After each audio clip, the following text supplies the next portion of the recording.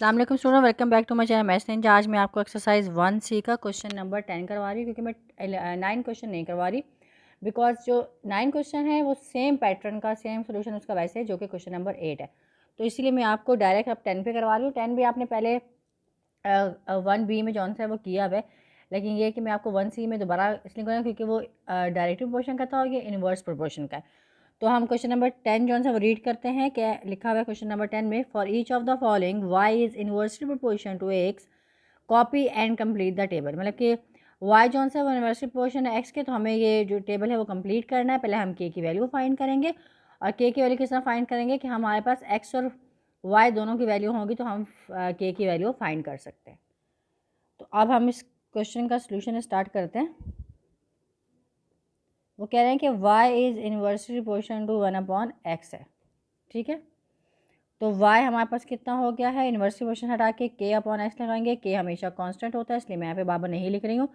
The value of y हमारे पास कितनी है? y 4 है और x क्या है? 3 है। तो हम y की वो लगा देंगे 4, k की वैल्यू फाइंड कर रहे हैं, ठीक है। चलिए यहाँ लिख देते हैं, find the value of k। Find the value of k when 4 कितना है? व्हेन y 4 और x कितना है हमारे पास? 3। k हमारे पास क्या है? साइड पे हो गया 4 मल्टीप्लाई बाय 3 हो गया, तो 12 हमारे पास क्या आ गया? k आ गया, ठीक है। वैल्यू ऑफ k हमारे पास कितनी आ गई है? 12। तो अब हम इजीली क्या कर सकते हैं, पहले हम ऐसा करते हैं कि x की वैल्यू फाइंड करते हैं, y की वैल्यू पुट करके x की वैल्यू फाइंड करते हैं, और फिर जब x की आ जाएगी तो y की हमारे पास आ जाएगी। तो हम यहाँ लिखते हैं find the value of, find the value of, ठीक है, x की वैल्यू फाइंड करें। मैं दोबारा देखो, find the value of x when y कितना है आपके पास? 24। तो हम यही वाली इक्वेशन, कौन सी? ये वाली इक्वेशन हम पुट करेंगे दोबारा से। y is equal to k/x लिखेंगे। y कितना है? 24 है। k हमारे पास कितना आ गया था? 12। और हमें वैल्यू फाइंड करनी है किसकी? x की वैल्यू फाइंड करनी है, ठीक है। y 24 है, k 12 है, और x की वैल्यू फाइंड करनी है। डायरेक्टली पोर्शन वो कर लेंगे, आपस में क्रॉस मल्टीप्लिकेशन करेंगे, ये 12 हो जाएगा और वो 24 मल्टीप्लाई बाय x हो जाएगा। तो वैल्यू हमने किसकी फाइंड करनी है? x की वैल्यू फाइंड करनी है, तो इसलिए 12 ऊपर हो गया और 24 नीचे हो गया। 12 1 12, 12 2 हमारे पास कितना आ गया है? 24 आ गया, ठीक है। तो x की वैल्यू हमारे पास कितनी आ गई? 1.2 और 0.5।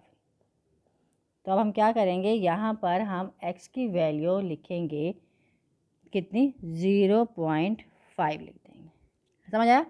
अब हम x की वैल्यू दोबारा फाइंड करेंगे जब हम y की वैल्यू लेंगे 1.5।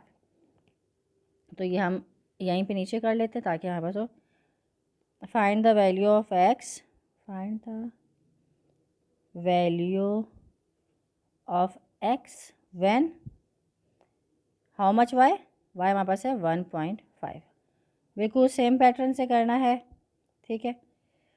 अच्छा जी, y कितना था हमारे पास? y हमारे पास है 1.5 y है, k कितना है? 12 और x। फिर वही हमने क्या करना है, क्रॉस मल्टीप्लिकेशन करेंगे। यहाँ पे करें, 12 हो गया और 12 इज इक्वल्स टू हो गया x मल्टीप्लाई बाय 1.5, ठीक है। अब हम क्या करेंगे, 12 को नीचे लिख लेंगे, और 12 को लिखा हमने यहाँ पे ऊपर, x को यहाँ साइड पे लिखो, और ये 1.5 जो सा वो क्या मल्टीप्लाई हो रहा है, यहाँ के डिवाइड हो जाएगा, 1.5 हो गया, ठीक है। अब मैं इस क्वेश्चन को यहाँ पे कर रही हूँ ताकि आपको समझ आ सके। हाँ बस क्या था दोबारा से, मतलब 12/1.5 इज इक्वल्स टू x। तो मैं इस जीरो को यहाँ से हटा रही हूँ और इसको कर रही हूँ 120, ठीक है। यानी कि हमें पास क्या हो गया? 120/15 हो गया।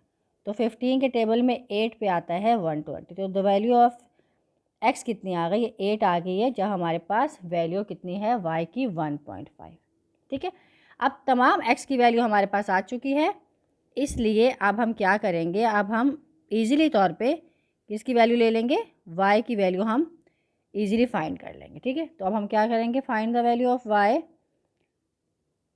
Find the value, find the value of,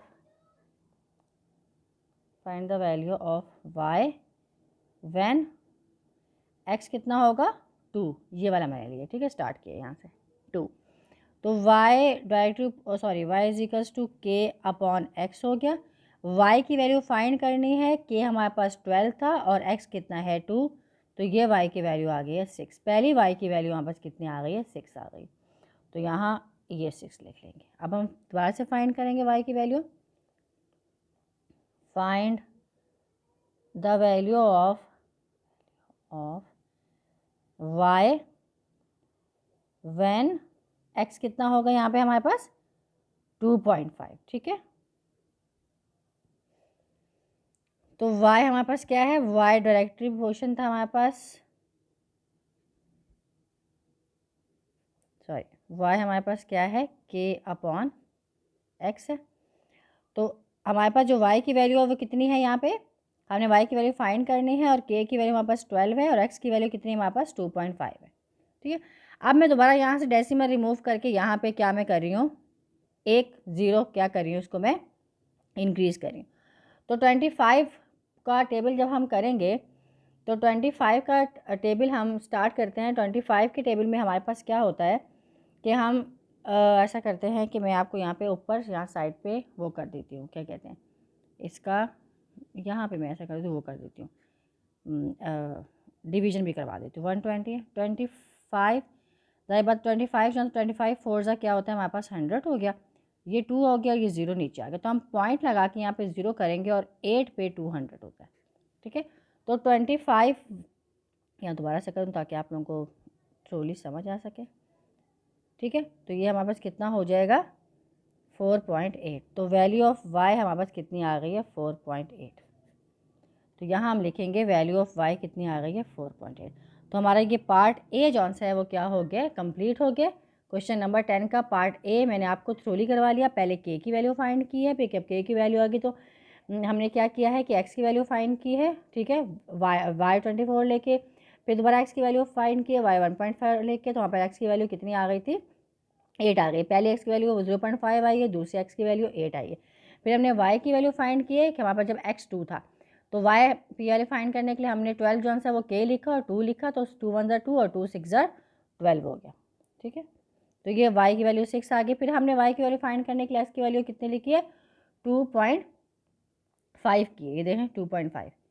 जब 2.5 ली हमने क्या किया है वाई इज इक्वल्स टू के अपॉन एक्स किया है। के अपॉन एक्स करने के बाद हमने हमारे पास जो वाई की वैल्यू थी वो कितनी थी 12 अपॉन 2.5, ठीक है, के एक्स की वैल्यू 2.5 थी।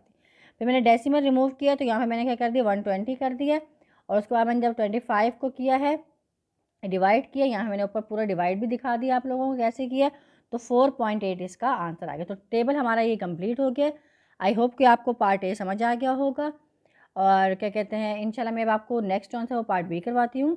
Make sure to subscribe my channel and leave a like. Thank you.